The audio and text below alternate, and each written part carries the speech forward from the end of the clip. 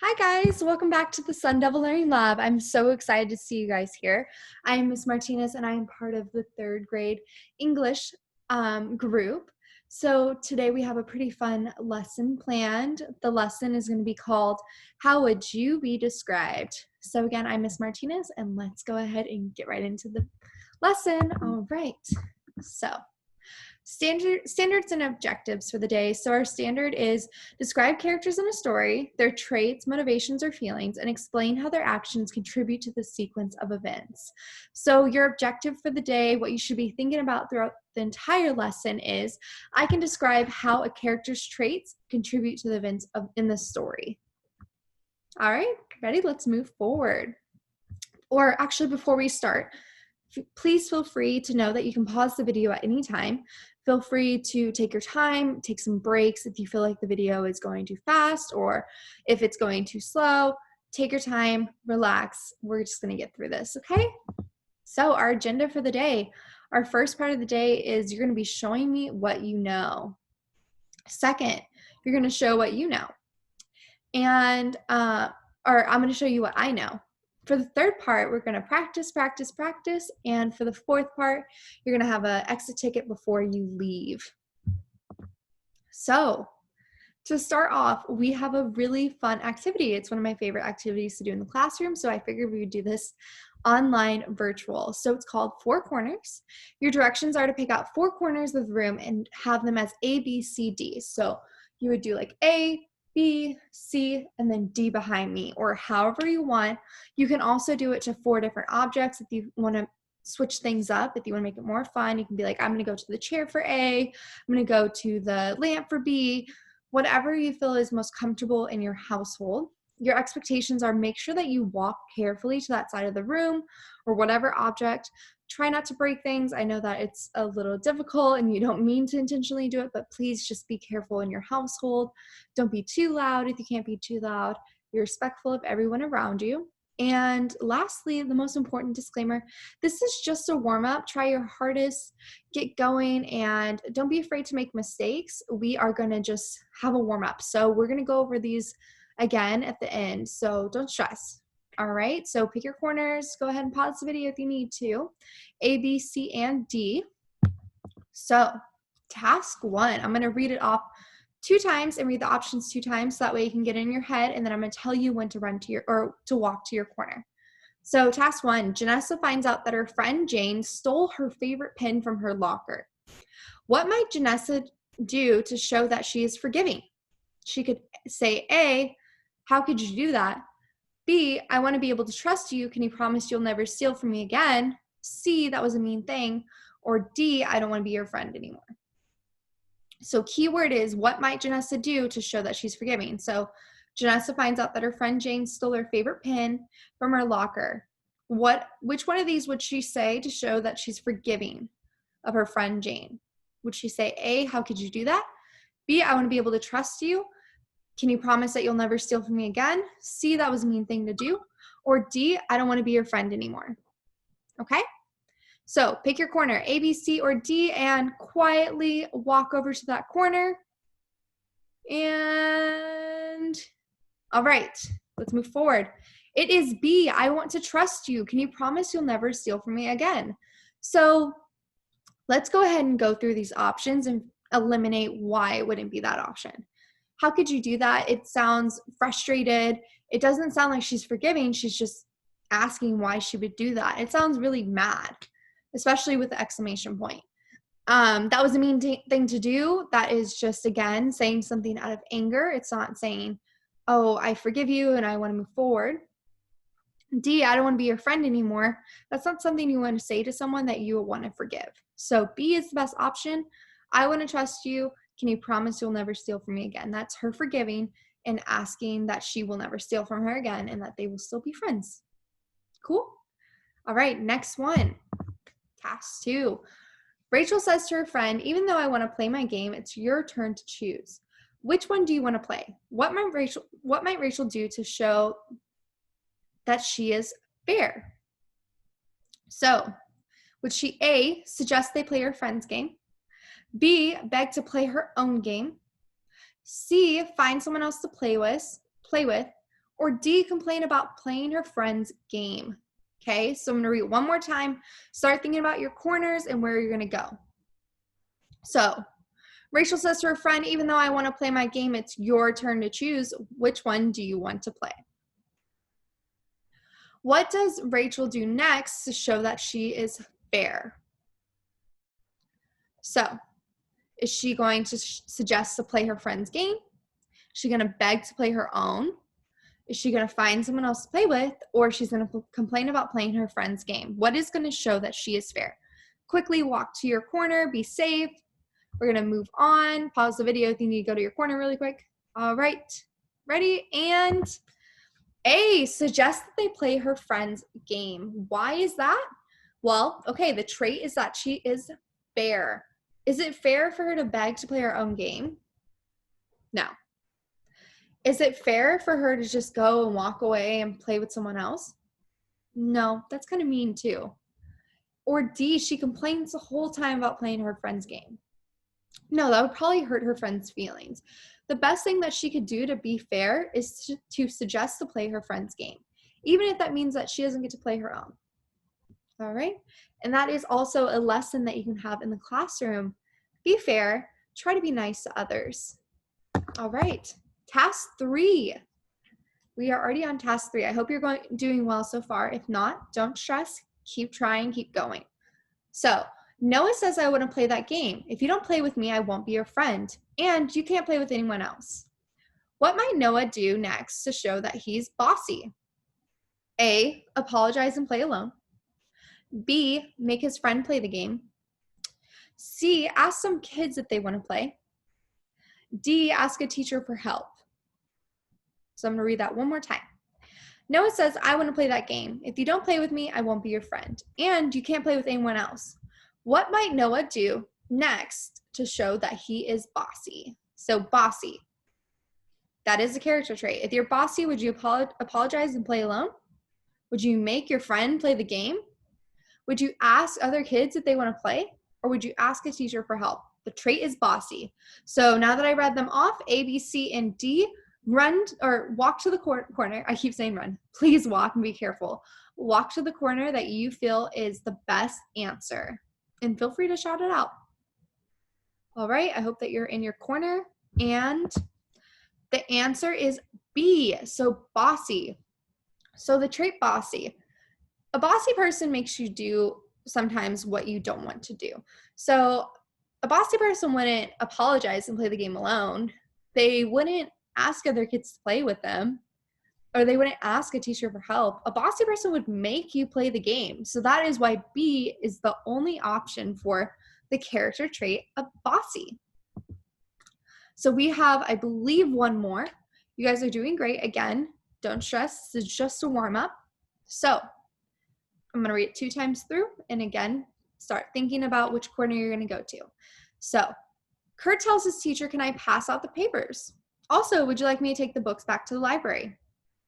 What might Kurt do next to show that he's helpful? Would he A, just go to lunch? B, offer to clean the desk?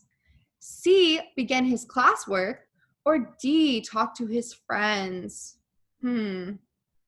So he's trying to be helpful. What are you thinking?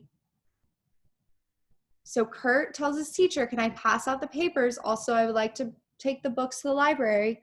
What might Kurt do to show that he is helpful?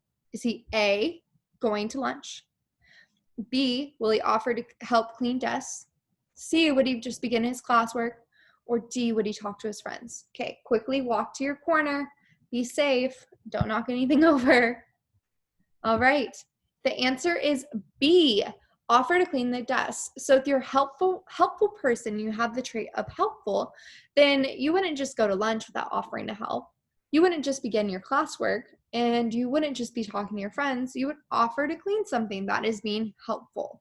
So the only valid answer is B. So I hope that you guys are feeling a little bit comfortable and understanding what we're kind of doing for the day. Give a thumbs up to the side or down if you're feeling how you're feeling. Thumbs up is I'm feeling good, I'm feeling confident, I'm ready for today's lesson. To the side is I'm ready for today's lesson. I have kind of an understanding, but I'm ready to learn more. And thumbs down is I'm feeling a little bit of uncomfortable and not aware of what's happening. And if you're feeling like you're not aware of what's happening, that's totally okay. That was just a warm up. Just see kind of your background knowledge on all this. And now we are going to move on to actually learn and practice this. So let's go back to our objective. So our objective for the day is I can describe how a character's traits contributes to the events in the story. So we're going to be talking about character traits. All right. So what are character traits? Well, there's something really important to remember. Characters help to shape the plot of a story. They have choices that help lead different events in the story. Different actions are important because they drive the sequence of events. A character's traits, motivations, and feelings often help to determine how that character will act. Right now, if you want to, go grab a pencil and paper and you can write some notes if you want as a reference. If not, you can go ahead and pause and just read off what is on the screen. And if not, just listen and follow along. So, a trait is a distinguishing quality or characteristic that typically belongs to a person. It can be a genetically determined characteristic and can be physical. Right now, we're talking just about who they kind of are as a person. If they're helpful, if they're kind, if they're rude. Traits are formed by a person's behavior and attitudes to others. So we all have good and bad character traits, and we should remember this when we describe people. There are different types of traits. You can be lazy, you can be rude, you can be kind, you can be sensitive, you can be fair, you can be encouraging. Oh, I have a typo. I'm so sorry. You can be encouraging, or you can be helpful, like we discussed. You can be bossy. There's a lot of different ways to describe people. When we're reading text, make sure that you back it up with evidence. So we noticed that Kurt was helpful. How did we notice that? Well, he offered to help in a lot of different situations. If you're a hard worker, if you get a B on a test, but you're typically an A student, you would study really hard to get that better grade. That is what makes you a hard worker. So I hope that kind of breaks it down a little bit. Right now, we're going to go ahead and practice. But again, if you don't feel comfortable, go back to this slide, go through it, read through it a couple times, and take your time. It's okay. So we're going to practice your directions. You are the main character of the story. Jump over the line you create. So have a line down the middle and kind of jump across. And choose the side and then out loud explain the trait. So the first one, you're excited for a new toy that came out recently. You, 1, do nothing. 2, do some chores around the house to save money and get your toy.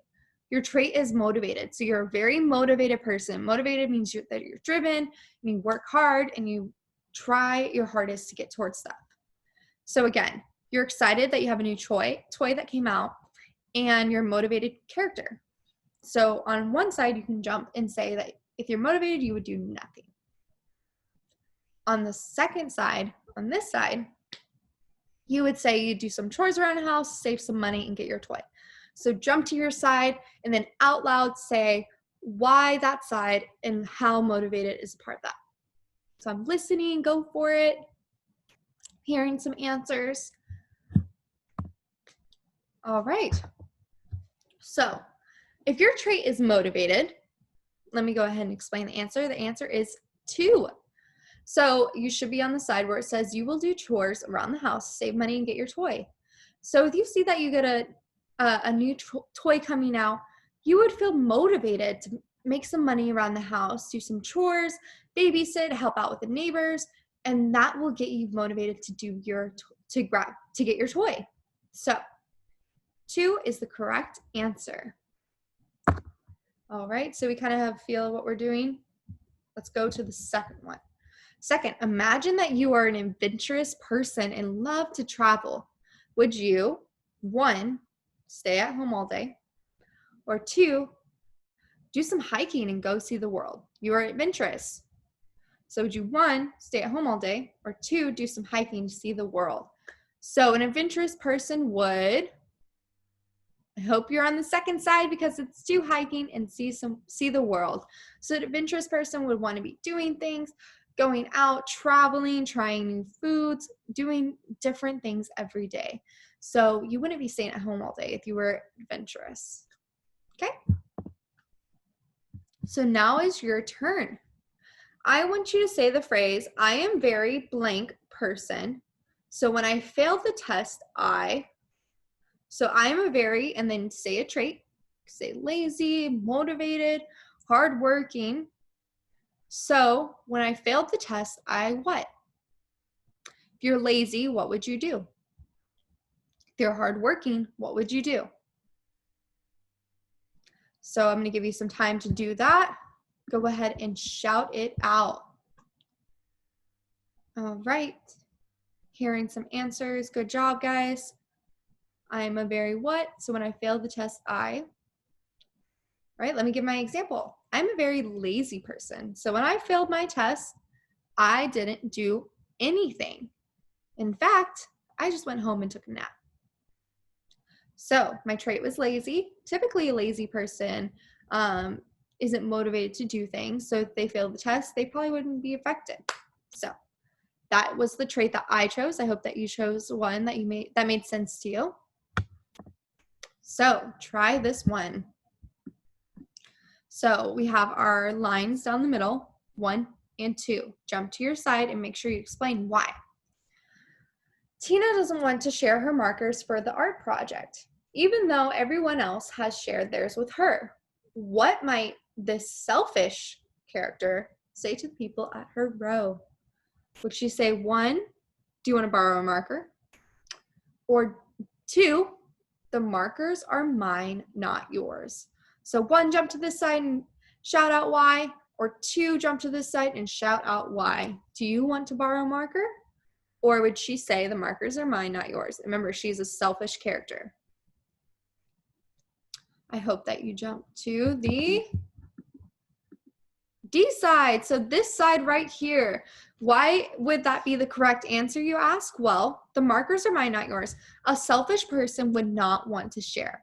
They wouldn't want to help others around them. They would want it to be just for them. So it makes sense why Tina would say, the markers are mine, not yours. And also, this is a life lesson in the classroom. Share with others. Don't be mean.